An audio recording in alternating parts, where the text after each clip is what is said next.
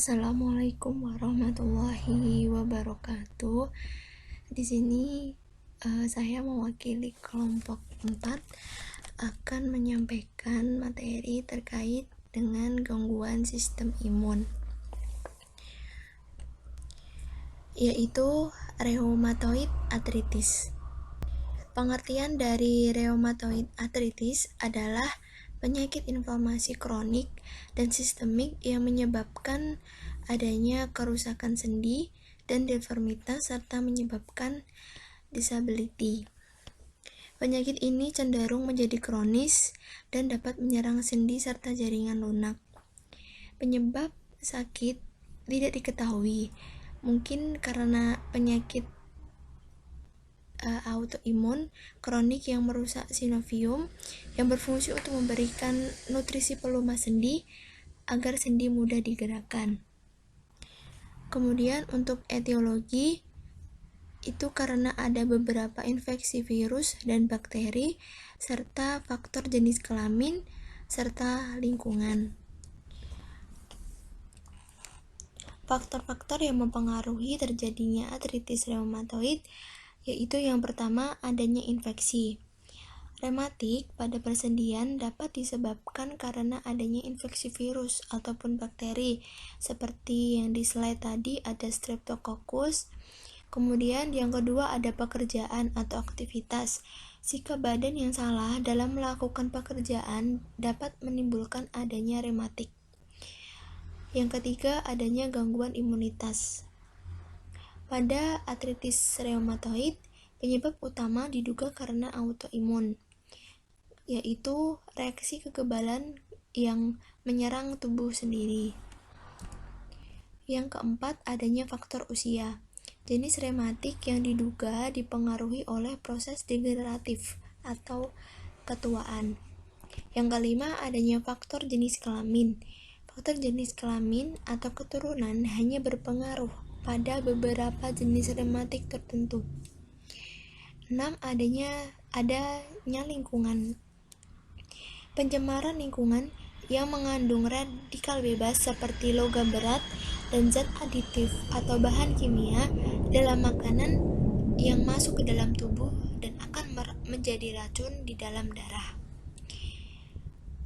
Apabila darah terbebani adanya racun, maka akibatnya adalah dapat memperburuk kerusakan jaringan tubuh dan memunculkan gejala artritis.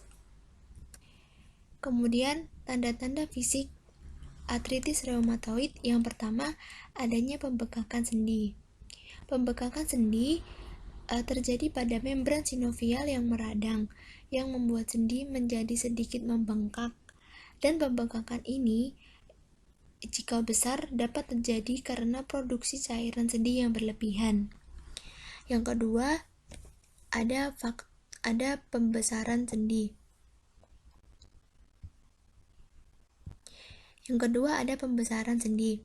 Sendi yang membesar yang berbeda dengan pembengkakan sendi. Pembesaran tulang tanpa pembengkakan sendi jika diraba akan terasa keras dan tidak sakit. Keadaan ini dijumpai pada osteoartritis atau rematik. Yang ketiga, ada keterbatasan gerak. Tanda ini diperiksa dengan cara aktif, yaitu dengan cara berjalan, atau secara pasif, yakni dokter menggerakkan. Ini adalah patofisiologi terjadinya rematik, yaitu adanya faktor bakteri dan virus. Kemudian ada penyakit autoimun, kemudian menginfeksi sendi, dan akan terjadi kerusakan mobilitas fisik akibat deformitas sendi, kemudian terbentuknya panus, kemudian adanya atrofi otot atau rentang gerak yang berkurang. Ada 4 jenis artritis reumatoid. Yang pertama yaitu reumatoid klasik. Ini terjadi ketika pagi hari dan nyeri pada pergerakan atau pada kaki dan tangan. Yang kedua ada artritis definite yaitu pembekakan yang disebabkan karena penebalan jaringan lunak atau cairan. Yang ketiga ada rheumatoid probable, yaitu pembekakan yang paling sedikit, itu satu sendi, dan masa bebas gejala dari kedua sendi yang terkena tidak lebih dari 3 bulan. Yang keempat ada arthritis possible, yaitu pembekakan sendi yang simetris dan terkena sendi yang sama pada kedua sisi yang timbul secara bersamaan. Ditinjau dari stadium penyakitnya, ada 3 stadium pada rheumatic arthritis. Yang pertama ada stadium synovitis. Stadium synovitis terjadi adanya perubahan dini pada jaringan sinovial yang ditunjukkan adanya edema, kemudian nyeri pada saat istirahat maupun saat bergerak, adanya bengkak dan kekakuan. Yang kedua, stadium destruksi. Pada stadium ini, selain terjadi kerusakan pada jaringan sinovial, terjadi juga pada jaringan sekitarnya. Selain tanda dan gejala tersebut, terjadi pula perubahan bentuk pada tangan. Kemudian, yang ketiga, ada stadium deformitas. Pada stadium ini terjadi perubahan secara progresif dan berulang kali. Perubahan pada sendi diawali adanya sinovitis, berlanjut pada pembentukan panus, kemudian berakhir pada ankilosis tulang. Komplikasi yang terjadi pada rheumatic arthritis yaitu adanya gangguan perkembangan dan pertumbuhan. Hal ini terjadi karena penutupan epifis dini yang sering terjadi pada tulang dagu, metakarpal, dan metatarsal. Kemudian yang kedua ada kelainan tulang dan sendi. Bisa menyebabkan fraktur. Komplikasi ini terjadi tergantung berat lamanya penyakit tersebut. Yang ketiga, ada komplikasi yang lain yaitu vaskulitis encephalitis. Amyloidosis sekunder dapat terjadi walaupun jarang dan dapat fatal karena gagal ginjal. Kemudian untuk pemeriksaan penunjang laboratorium, yaitu hasil laboratorium akan menunjukkan adanya abnormal yang merupakan ciri khas dari rheumatic arthritis. Yang kedua ada imaging, yaitu tanda radiologi yang tampak pada rheumatic arthritis antara lain perlebaran teras sendi, erosi sampai subluxasi yang terjadi di fase akhir rheumatic arthritis. Untuk penata laksanaan medis pada rheumatic arthritis mencakup terapi farmakologis dan rehabilitasi serta pembedahan. Tujuan pengobatan ini adalah untuk menghilangkan inflamasi, mencegah deformitas, mengembalikan fungsi sendi, dan mencegah destruksi jaringan yang lebih lanjut. Yang pertama ada disease modifying anti-rheumatic drug yang digunakan untuk melindungi sendi. Contohnya yaitu ada azathioprine, garam emas, kemudian DMARD dapat tunggal maupun kombinasi.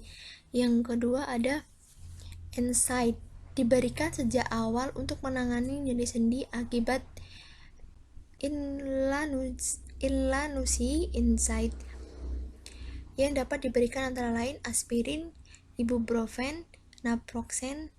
Namun pada NSAID melindungi kerusakan tulang rawan sendi dan tulang dari proses destruksi. Kemudian ada kortikosteroid. Kortikosteroid diberikan dengan dosis rendah, setara dengan nison 5-7,5 mg per hari. Terapi ini untuk mengurangi keluhan pasien sambil menunggu efek DMARD yang baru muncul setelah 4-16 minggu. Kemudian penata laksanaannya ada rehabilitasi yang dimaksudkan untuk meningkatkan kualitas hidup pasien. Caranya dengan mengistirahatkan pasien yang terlihat melalui pemakaian tongkat, pemasangan bidai. Kemudian setelah dilakukan rehabilitasi nyeri berkurang, dapat mulai dilakukan fisioterapi. Yang keempat adanya pembedahan, Jika segala pengobatan di atas tidak memberikan hasil, maka dapat dipertimbangkan adanya pembedahan ortopedi.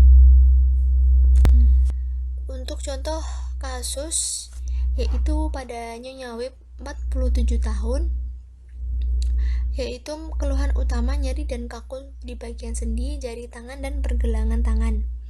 Rasanya seperti tertusuk-tusuk, kehilangan nafsu makan, kemudian tidak ada riwayat penyakit sebelumnya. Kemudian dari hasil pemeriksaan sinar X dari sendi yang sakit, adanya pembekakan, erosi sendi, dan sublikasi. Untuk diagnosa keperawatan, yaitu ada nyeri kronik berhubungan dengan proses inflamasi dan destruksi sendi. Pada intervensi, yaitu yang pertama, kaji keluhan nyeri pasien, bantu pasien untuk bergerak dari tempat tidur, kemudian mengompres dengan air hangat. Yang kedua, ada hambatan mobilitas fisik.